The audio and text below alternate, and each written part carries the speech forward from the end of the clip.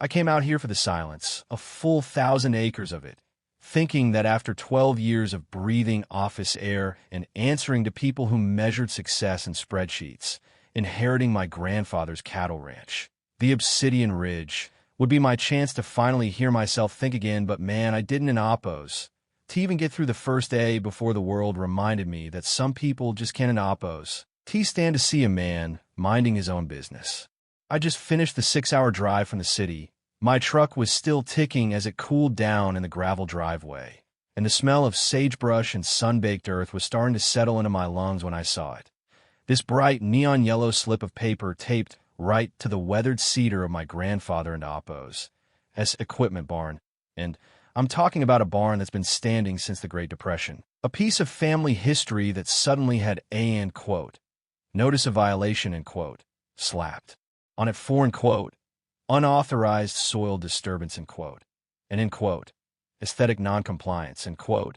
I honestly thought it was a prank at first, like maybe one of my old cousins was messing with me, but then I saw the signature at the bottom.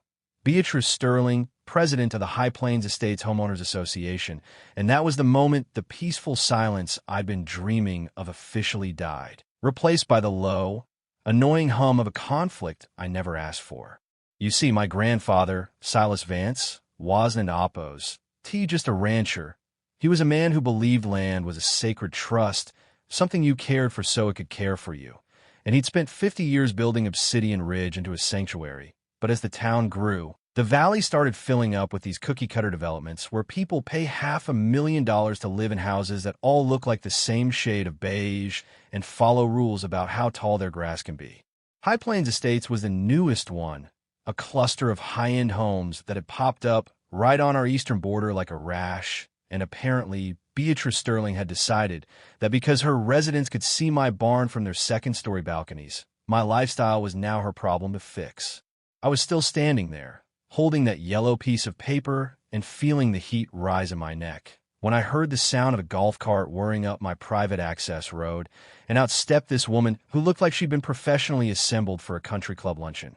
Crisp white blazer, oversized sunglasses, and a smile that didn't in Oppos.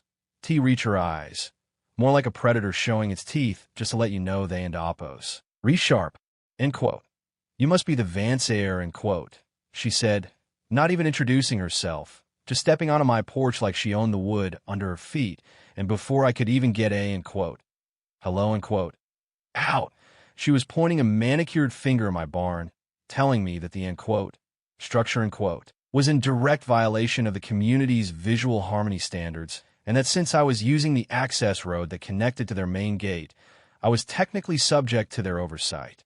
I just stared at her for a second, wondering if the mountain air was thin enough to cause hallucinations because we were standing in the middle of a 1,000-acre working ranch, and this woman was talking to me like I was a tenant in a strip mall, telling me I had 48 hours to, end quote, remediate the visual blight, end quote, or face daily fines that would start at $500.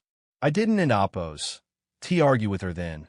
My grandfather always said you learn more by watching a fool than by talking to one. So I just watched her drive away in her little electric cart, her nose in the air, completely unaware that she had just declared war on a man who had nothing but time, a very good lawyer, and a file cabinet full of history that was about to turn her, end quote, kingdom, end quote, into a legal house of cards. That evening, I walked down to the edge of the property where the ranch meets the development, and that's where I met Arthur, a guy in his late 70s with hands as rough as tree bark and eyes that looked like they hadn't in Oppos. Seen a good night and Oppos, as sleep in a year. He was sitting on a folding chair in his backyard, staring at a red vintage tractor that was parked in his driveway. And when he saw me, he just gave this slow, tired nod, the kind of nod you give someone when you're both trapped in the same storm. We started talking, and the stories he told me made my blood run colder than the creek water in January. He told me how Beatrice and her board had been fine-tuning his life into a nightmare, charging him $100 a day because that tractor, the one he'd restored with his wife before she passed away, was, end quote, visible from the street, end quote, and didn't in Oppos. Fit the, end quote, modern luxury, end quote, vibe of the neighborhood. Arthur had lived on this land back when it was all open range, long before the HOA existed, but Beatrice had used a series of legal maneuvers to pull his lot into their jurisdiction, and now she was slowly bleeding him dry, issuing noise violations when he mowed his lawn, or in quote, landscaping citations in quote, when he was too busy grieving his wife to pull every single weed in his garden. End quote. She's a collector, end quote. Arthur whispered, looking over his shoulder like he expected Beatrice to pop out of the bushes with a clipboard. End quote. She doesn't in oppos. T want order, she wants pieces of people, she wants to own the way you breathe, end quote. And as I looked at this man, a veteran, a neighbor, someone my grandfather would have defended with a shotgun if he had to, I felt a shift inside me. A hardening of the soul that happens when you realize that the end quote, civilized end quote, world is often just a playground for bullies with expensive lawyers. I went home that night and didn't in oppos. Sleep. Instead, I sat in my grandfather's old office, surrounded by the smell of tobacco and old paper, and I started digging through the land grants and the original deeds, and that's when I found the, end quote, Obsidian Covenant, end quote, a document from 1924 that I'd heard about in family legends, but never actually seen. It turns out, when the valley was first being partitioned, my great-grandfather had granted a 99-year, end quote, agricultural overlay, end quote, to the local settlers in oppos. Committee, a lease that allowed people to build homes on the perimeter of the ranch, while my family kept the title to the underlying land. The roads, the community wells, the parks, the very dirt under the neighborhood clubhouse. I call my lawyer, a sharp-as-a-tack woman named Sarah who had handled Silas's estate, and when I told her what I'd found, there was this long, beautiful silence on the other end of the line, followed by the sound of a pen scratching on paper, and she told me, end quote, Stuart, if that lease is what I think it is, and it expired last October without a formal renewal, you don and oppos. T just own a ranch. You own the ground beneath Beatrice Sterling's feet, end quote. We spent the next week quietly, verifying every map, every signature, and every county filing, and the reality was even better than I'd hoped. The HOA had been operating for the last 8 months on land they had no legal right to manage, and because Beatrice was so focused on, end quote, aesthetic harmony, end quote, and bullying old men like Arthur, she'd completely missed the 5 certified notices Sarah's office had sent to the HOA's registered agent, informing them that the lease was ending and that a new negotiation was required. They'd ignored the letters, probably thinking they were just junk mail or more, end quote, grandfather, end quote, nonsense they didn't in oppos have to worry about. And in doing so, they'd legally forfeited their claim to every common area in the development, meaning the roads Beatrice used to patrol in her golf cart in the park where she held her, end quote, presidential tea, end quote, were now, technically, my private backyard. But Beatrice wasn't oppos, done being a villain yet. She must have sensed I was up to something because the next morning, I woke up to the sound of chainsaws and heavy machinery coming from my South Grove, a place where Silas had planted a dozen rare blue spruces to mark the birth of every grandchild in the family. I ran out there, heart hammering against my ribs, and found a crew in HOA vests already halfway through cutting down the 3rd tree, claiming they were, end quote, clearing a fire break, end quote, for the safety of the community, even though the trees were nowhere near their houses. Beatrice was standing there, filming the whole thing on her phone with this smug, triumphant look, telling me that, end quote, emergency safety measures, end quote, overrode property lines, and that I should be thanking her for reducing my liability. And in that moment, seeing the wood of my family in oppos, as history lying in the dirt, I didn't end oppos, yell, and I didn't end oppos, threaten her. I just leaned against my truck, took a long breath of that spruce-scented air, and told her, end quote, Beatrice, I hope you're enjoying this because this is the last time you're ever going to step foot on this land without a sheriff's escort, end quote. And she just laughed, that shrill, condescending laugh of a woman who thinks she's untouchable, and told her crew to keep cutting. That was the last straw, the mistake that turned a legal dispute into a total collapse of her empire, because I didn't end oppos. Just have the land title. I had the trail cameras I'd installed to track coyotes, and they had caught everything.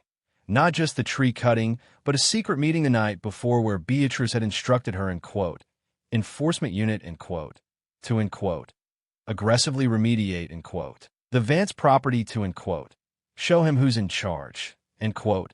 Armed with that footage and the expired lease documents, we didn't end oppos. Just sue her, We called a town hall meeting at the local library and invited every single resident of High Plains Estates, including the ones she'd been bullying for years. When Beatrice strutted into that room, expecting to lead another session of petty grievances and lawn care lectures, she found me and Sarah standing at the front with a projector and a stack of folders, and the look on her face when a map of the 1924 Obsidian Covenant hit the screen was something I will cherish until the day I die. A slow, agonizing realization that her, authority, was built on air. Sarah laid it out for the residents in plain, brutal English. Your HOA board has failed to renew the land lease. They have ignored legal notices, and as of today, this HOA has no legal standing to issue fines, manage roads, or even maintain the community pool, because all of that property has reverted to Stuart Vance. The room exploded. People who had been paying thousands in dues suddenly realized their board had been operating illegally, and then I dropped the second bomb. The financial records we'd subpoenaed, which showed that Beatrice had been, hiring, her own brother's landscaping company at triple the market rate to, maintain, the very land they didn't even own anymore.